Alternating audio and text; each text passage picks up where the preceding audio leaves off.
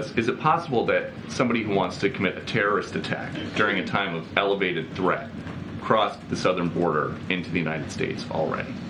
I couldn't possibly answer that question, Peter. All I can do is tell you that we have remained vigilant to that potential threat.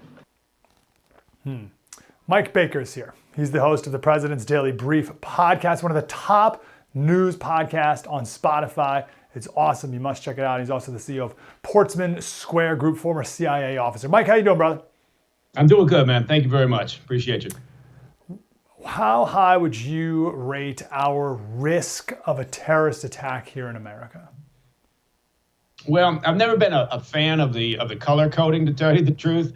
I think there's too much of a range in there, and besides, people, they get kind of immune to the terrorist threat level. Everybody came out of the global war on terror, and people are frankly just fatigued, and so I think a lot of folks are surprised by the fact that we're talking about this again.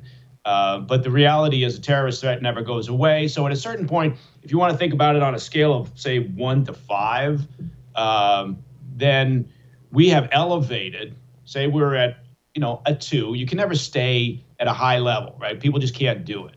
But from a local law enforcement, state and federal law enforcement perspective, and the intel community, if, say, we were at a 2, no obvious chatter, no real indications out there. We're not picking up anything, but the threat always exists. We're elevated now to a 3 because we've got a significant issue, right? And anytime you've got chaos like what's going on in the Middle East right now, that chaos is exactly what terror groups are looking for, and they're always looking to maximize those opportunities.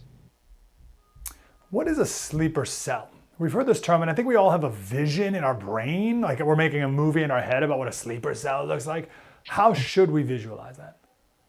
Yeah, you know what?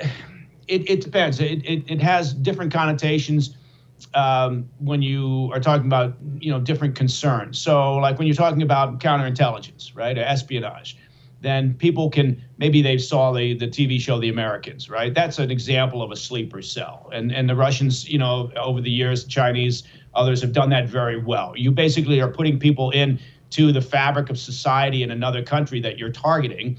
And those people are basically, with very little, condensed time frame, you could be talking about decades. They establish themselves. They're just your neighbors. They're getting a job. Maybe they get another job eventually. Maybe they get a job at an interesting company, meaning that they're producing something. It doesn't have to be a government-based company. It could be doing anything, pharmaceuticals, new formula for material science. It could be anything.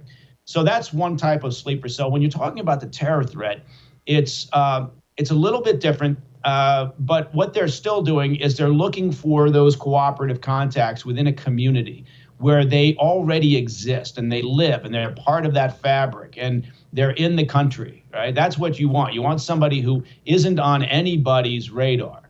And then what you do is, if they're not already cooperative or sympathetic, right? And maybe you've learned as a terror group they're sympathetic because you've been paying attention to their social media, then you draw them in. And, that depends on how heavy a lift that is. It depends on how sympathetic they are to that particular terror group's, cause. We've seen a lot of sympathy in these last couple of weeks and months here towards the terrorism. Yeah, a shocking amount. I didn't know there were so many Palestinian flags in my country. What are the capabilities of the CIA, and what is the CIA not capable of doing? I don't mean critical. It's just like we just can't do this or don't know, or these are unknown things that we can't do, just humans can't do. So what are we on top of, and what can't we be on top of as a CIA officer? Right. Well, and look, the focus for the agency is always overseas, right? So you have to think about this as sort of this task force that exists. And now after 9/11, look, before 9/11, that task force concept wasn't necessarily as efficient, obviously, as it should have been in terms of the Bureau, NSA, the agency, and others working together, sharing information. Over the years since 9/11, we've had a lot more experience doing that. We've become much better at not siloing our information. So the agency's focus is overseas. They feed intelligence on concerns, on terror groups, on individuals, on activities into this task force, essentially, right? NSA is doing the same with communications intercepts that they're picking up. And the SIGINT that we talk about, signals intelligence. And that goes in. And then you've got the FBI and state and local law enforcement, and they're working domestically within the U.S. to act on that, right? To identify, if you do, as you pointed out, sleeper cell, if you've got somebody who's in communication with a known terrorist target overseas, say that the agency is watching, along with our liaison partners, then that individual suddenly becomes a target of interest here in the States because he's in contact with a terrorist group. You would assume, that the U.S. population would want us doing that, right? Sometimes people get squirrely with, civil rights and everything. But at the end of the day, if you've got verifiable intelligence that shows that individual is talking to a terrorist group, then, yeah, you better be on it. The agency is very good at this. It's a human endeavor, right? And so you never get the risk down to zero. But we... I would argue, of course, I'm subjective. I would argue the agency is the best intel organization on the planet. Yeah, totally. And it's a big country and it's a big world. And as you said, we're dealing with humans here. So things are going to not cross over or communicate properly, and there's going to be holes. And I just worry that something's going to fall through one of those holes. That's how that would happen, probably. Well, look what in southern Israel. Go ahead. With the attack on 7 October is a perfect example of how you can have a massive intel failure.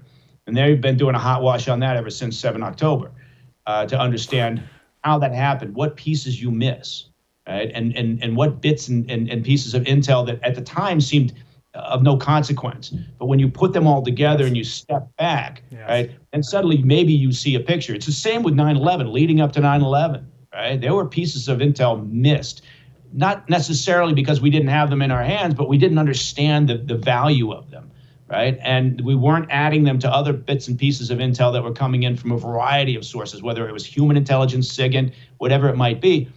And so that's a problem. But yeah, you never get this down to zero.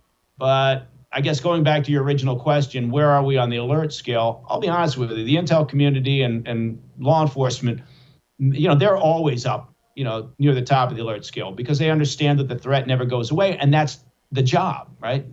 But from a public perception, you can't be up there. Public perception, people walking around the streets doing their daily lives, pay attention, but you can't expect the general public to be at a high level of alert all the time. I think that's right. We've got about 30 seconds. It's a tough question for 30 seconds, Mike, but the 150 or so people who have come across our border that we've caught that are on the terror watch list, how concerned about them should we be? Like, what is it? Is it a high bar to get on the terror watch list? Or is it just someone from Somalia that maybe has a cousin or something? I don't know. Like, what does it take to get on that list?